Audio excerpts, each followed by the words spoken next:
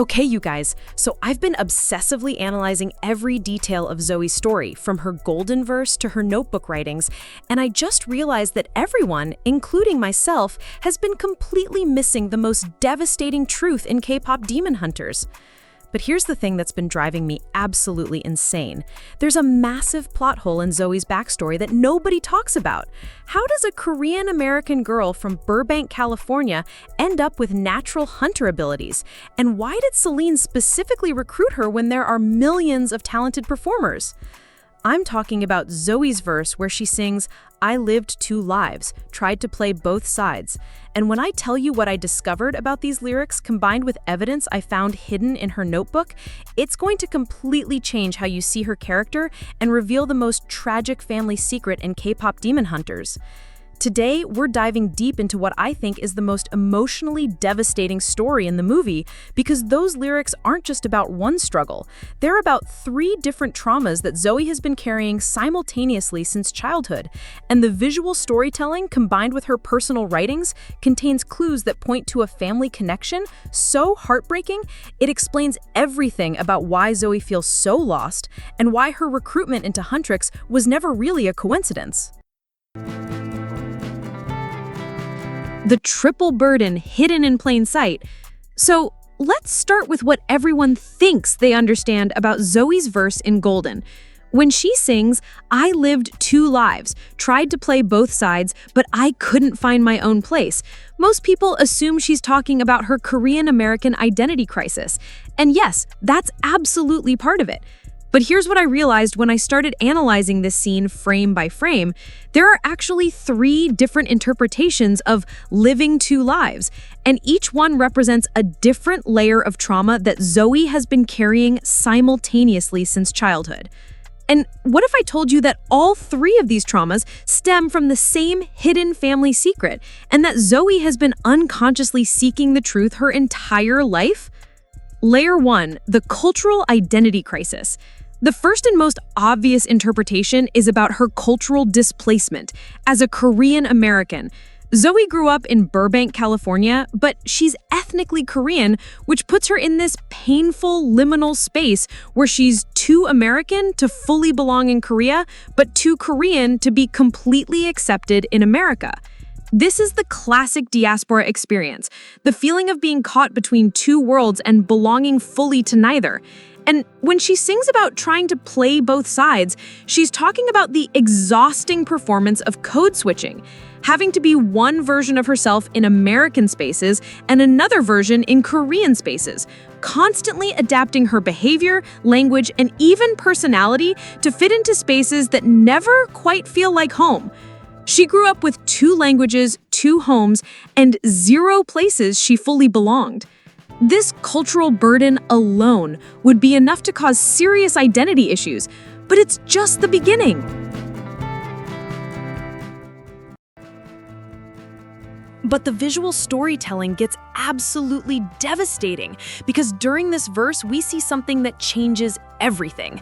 As Zoey sings these lyrics, she's being physically pulled in opposite directions by two hands, one male and one female. And this isn't subtle metaphor, this is literal representation of her family situation. The two lives suddenly takes on a second meaning. She's talking about being caught between her divorced parents, forced to live different versions of herself to make each parent happy. And the heartbreaking detail is when those hands pull her apart, a magazine she was holding falls to the ground. And you guys, that magazine has the Sunlight Sisters on the cover. But what if that divorce wasn't just about incompatibility? What if her mother had been keeping massive supernatural secrets from her father, and the weight of those lies slowly destroyed their marriage? Imagine being married to someone who can't explain why she wakes up screaming from nightmares about battles you've never seen, why she flinches when certain songs play, why she insists on moving to America and hiding all traces of her Korean identity. The divorce that tore Zoey's family apart wasn't just relationship failure. It was the inevitable result of trying to build a life on a foundation of massive supernatural secrets. This adds a whole new layer of trauma to her character. She's not just dealing with cultural displacement, she's also carrying the burden of a broken family, being forced to choose sides while never understanding that the real conflict was about protecting her from a heritage she was destined to inherit. Layer 3. the supernatural calling she couldn't name. But there's a third interpretation that's even more devastating, and it explains why this moment is so crucial to understanding her character. What if I lived two lives, tried to play both sides, is also about her supernatural destiny versus her normal teenage existence? Think about it. Zoey has hunter abilities that she didn't fully understand before joining Huntrix. She uses spiritual weapons from Korean shamanic traditions, and she was specifically recruited by Celine for reasons that are never fully explained. What if she's been unconsciously carrying the weight of her supernatural calling her entire life, feeling pulled between a normal American teenage existence and some deeper connection to Korean spiritual traditions that she couldn't name? And here's something that blew my mind when I analyzed her materials more closely. There's actually a drawing of a demon in her high school notebook, suggesting she had some unconscious awareness of the supernatural world. But what I discovered when I dove into Korean cultural traditions completely reframes everything. That feeling of being caught between worlds that we thought was just cultural displacement, it's actually one of the classic symptoms of something called shinbyong. Shinbyong is a spiritual affliction in Korean shamanic tradition that calls people to become mudong, Korean shamans. And one of its primary symptoms is feeling like you don't belong anywhere, like you're living between two realities. What's incredible is that demon hunters in this universe are directly based on mudong, who use song, dance, and performance to protect communities from evil spirits. In Korean shamanic traditions, there are two types of mudong: hereditary shamans called susumu, who inherit power through bloodline, and charismatic shamans called kangshinmu, who are called by spirits through shinbyong. If Zoey's mother was a sunlight sister, then Zoey has the hereditary foundation. But because her mother suppressed this legacy, Zoey's abilities manifested as charismatic calling through spiritual suffering. So what if Zoey's cultural displacement isn't just about growing up bicultural? What if it's her spiritual heritage calling her back to Korea to embrace the traditions her family abandoned? Like children of shamans who grow up in families that abandon the spiritual life, Zoey carried an inherited calling that her mother tried to suppress but could never fully silence. She had dreams she couldn't explain, was drawn to symbols and traditions she'd never been taught, and felt that constant pull towards something her mother desperately hoped she'd never discover.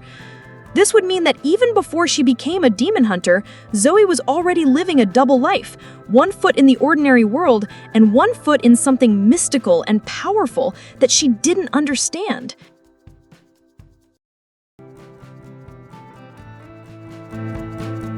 But this theory gets absolutely mind-blowing because I found evidence that Zoey has been unconsciously drawn to something she can't quite name her entire life.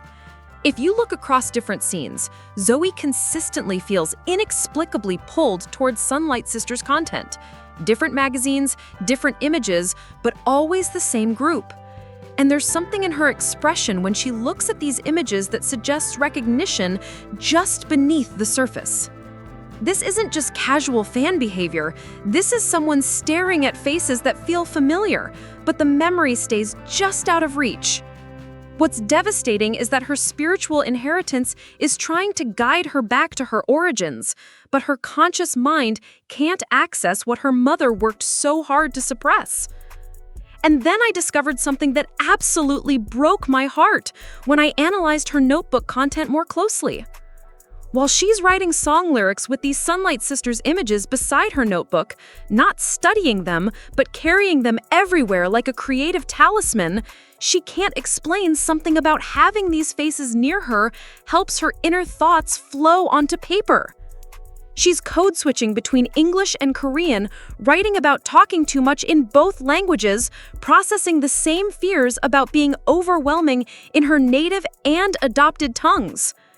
And then there are these cryptic phrases, "When I lose my words, I go Rambo," and fragments about blood and tears that she can't fully explain. You guys, this isn't casual fan behavior. This is someone unconsciously trying to piece together fragments of a heritage that calls to her through buried memories her soul recognizes, but her mind was taught to forget. This is exactly what inherited spiritual calling looks like when it's been suppressed.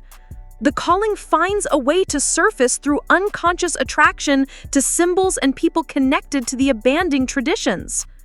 Her notebook reveals the constant internal struggle of someone who knows she's too much, but can't understand why she feels so broken and displaced while being mysteriously drawn to images that hold the key to her identity. The visual evidence that changes everything. Now, this theory gets supported by visual proof that the filmmakers have been dropping hints about this connection the entire time.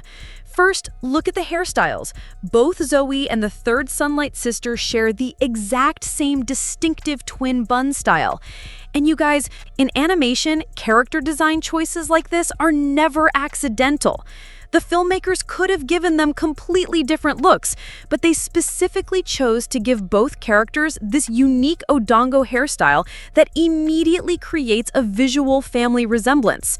But then there's the devastating weight of those magazine scenes. Zoey isn't just randomly encountering these images, she's actively seeking them out, holding them, studying them with an expression that suggests she's searching for something she can't name. The filmmakers are showing us a daughter unconsciously drawn to her mother's abandoned world through buried recognition that her conscious mind can't quite access. There's something heartbreaking about watching her stare at these faces with that look of almost remembering, like she's seeing a reflection in water that ripples just as she's about to recognize it. The mother who explains everything. And when I started thinking about what could possibly link all three of these burn-ins together, I realized there's only one explanation that makes sense. The missing third member of the Sunlight sisters is Zoey's mother. Here's how this theory transforms everything we know about Zoey's character. What if, after whatever tragedy broke up the Sunlight sisters, the third member fled to America not just to escape the supernatural world, but because she was carrying unbearable guilt? What if she witnessed the death of Ryu Mi-young, Rumi's mother, and felt responsible for failing to protect her sister-in-arms?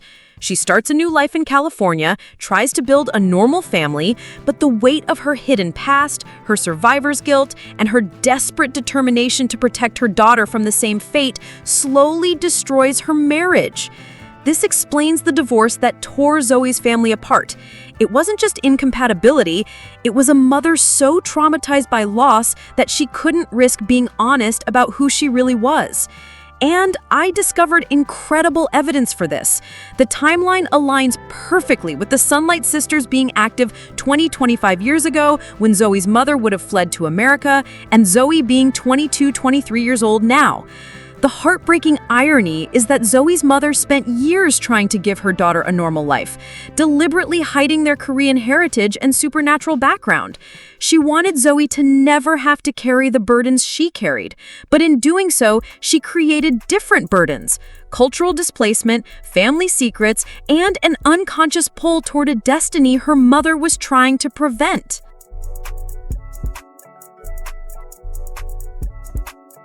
This family connection also explains how Zoey ended up in Huntrix in the first place. What I realized is that Celine didn't randomly discover Zoey. She specifically sought her out because she recognized the signs of Shinbyong in the daughter of her lost sister. Think about the logistics here. How does a demon-hunting organization in Seoul identify a Korean-American teenager in Burbank as having supernatural potential? The answer is that Celine never lost track of her former teammate. She knew about Zoey's existence, and she knew that eventually the daughter of a Sunlight sister would be needed to complete the next generation. What makes this even more tragic is that imagine Celine watching from afar as her former sister's daughter grows up displaying all the classic signs of inherited spiritual calling. The constant seeking behavior, the cultural displacement, the dreams and visions that Zoey couldn't explain, the way she gravitated towards supernatural content without understanding why. Celine would have recognized these symptoms immediately and known that no matter how hard her mother tried to suppress it, the calling would eventually surface. And Burbank, California isn't just a random choice. It's a deliberate storytelling decision. Burbank is a major entertainment hub, home to major studios like Disney and Warner Bros., and deeply connected to the film and television industry. What better place for a former supernatural performer to disappear into than a city full of people reinventing themselves and working in creative industries where having a mysterious past might even be an asset? The three wounds that share one source. What makes this theory so powerful is how it reveals that all three of Zoe's struggles stem from the same source, her mother's impossible choice. Her cultural displacement exists because her mother hid their Korean heritage to protect her from the supernatural world. Her family trauma happened because her mother's secrets and survivor's guilt destroyed her parents' marriage. Her supernatural burden exists because you can't completely escape a spiritual calling. It just manifests as unconscious restlessness and a feeling of not belonging anywhere. Every layer of "I lived two lives, tried to play both sides" traces back to her mother's decision to flee the hunter world after failing to save her sister in arms. The spirit sickness that becomes spiritual strength. Here's something incredible about Zoe's core fear. During the climax, the demon king Guima attacks her with the words, "You're too much and not enough. You'll never belong anywhere." And this targets her deepest psychological wound. But when you look at her notebook where she writes, "I know I ramble," and "even though I talk too much," you realize this insecurity has been with her entire life. She's always known she was too much, but never understood why. When you understand Shinbyong, this attack becomes even more devastating because it's specifically designed to prevent her from accepting her spiritual calling. In Korean shamanic tradition, the moment of accepting your destiny is when the spirit sickness transforms into spiritual power. Guima isn't just bullying her, he's trying to trap her in the liminal space between suffering and acceptance, to prevent her from becoming the powerful spiritual anchor she's meant to be. The beautiful truth that reframes everything is that her people-pleasing isn't just trauma response, it's the early manifestation of her role as a spiritual healer, someone who uses her understanding of pain to guide others toward belonging.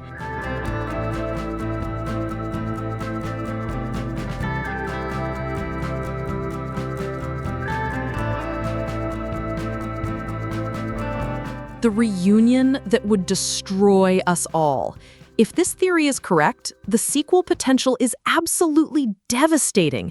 Imagine Huntrix discovering the truth about Zoe's parentage and having to decide whether to contact the mother who abandons the hunter life decades ago. Picture the confrontation between Celine and the third sister, two former teammates who chose completely opposite responses to trauma.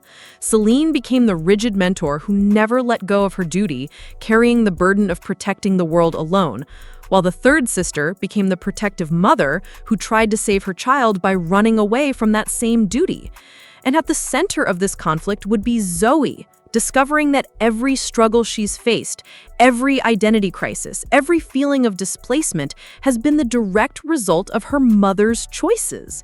The mother who tried to protect her from the supernatural world inadvertently created a daughter who spent her whole life feeling broken because she couldn't understand why she was unconsciously seeking that very destiny. The character arc that redefines everything. This revelation completely reframes Zoe's character development throughout the film. Her desperate need to belong isn't just about being Korean American, it's about unconsciously seeking the family and community her mother left behind. Her natural abilities with spiritual weapons aren't just talent, they're inherited instincts that her mother tried to suppress but could never fully silence.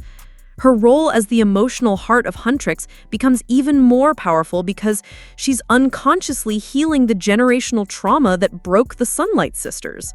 When she finally finds her place in Huntrix, she's not just solving her own identity crisis, she's completing a journey her mother started but could never finish. And her notebook writings, the constant code switching, the awareness of being too much, the cryptic fragments about blood and tears, all of it becomes evidence of a soul trying to remember what her mind was taught to forget. The visual poetry that proves it all. And that brings us back to that devastating poetry of that magazine scene. When Zoey is pulled apart by competing forces and drops the Sunlight Sisters cover, she's literally losing her connection to her family history. And the beautiful irony is that by the end of the film, she finds that connection again, not through discovering the truth about her mother, but by becoming a hunter herself. She resolves all three versions of living two lives by creating a purpose that allows her to integrate her American upbringing, her Korean heritage, and her supernatural calling into one cohesive identity. The girl who couldn't find her place anywhere becomes the bridge between worlds. The girl who felt like a translation error between two languages finally realized she wasn't meant to be translated, she was meant to be the bridge. The daughter who spent her childhood unconsciously seeking what her mother had abandoned finally finds the family and purpose she was always meant to inherit. The bottom line. What makes this theory so brilliant is how it transforms the meaning of that plot hole we started with. Zoey's missing backstory isn't missing at all. Her backstory is her ongoing journey of healing from her mother's choices. The film doesn't need to tell us who her mother was because her power doesn't come from that knowledge. It comes from her courage to build her own identity despite the gaps in her history. She proves that you don't need to know your complete family story to find your place in the world. Sometimes the most powerful thing you can do is create your own belonging. Most powerfully, it suggests that sometimes the greatest act of love a parent can perform, protecting their child from their own trauma, can inadvertently create different trauma. But it also proves that the children of traumatized parents can heal not just themselves, but the generational patterns that shaped them. Whether or not this theory is officially confirmed, it represents the kind of deep emotional storytelling that makes K-pop Demon Hunters more than just an animated musical. The idea that Zoey's three different identity crises all stem from one family secret, and that she's been unconsciously seeking her heritage through her behavior patterns, adds layers of meaning to every scene she's in. It explains her recruitment, her abilities, her notebook writings, and most importantly, her journey from feeling displaced everywhere to finding her true home with Huntrix. Zoey doesn't just find her place in the world, she creates a new kind of belonging that honors her mother's sacrifice and her own courage to embrace the calling that could never be silenced. So let me know in the comments, what do you think about this interpretation of her unconscious seeking behavior? Does the notebook evidence convince you that she's been searching for her heritage all along? And what do you think would happen if Zoey discovered the truth about her mother? Would she be angry about the secrets, grateful for the protection, or would she try to heal the rift between the protective mother and the duty-bound mentor who both love her? And if you want more theories that reveal the hidden emotional depth in K-pop Demon Hunters, hit that subscribe button because there are so many more secrets waiting to be uncovered in this incredible story. The girl who lived three different versions of two lives and spent her childhood unconsciously seeking what was hidden from her, found her power by finally living as one complete person. And that's a journey worth celebrating.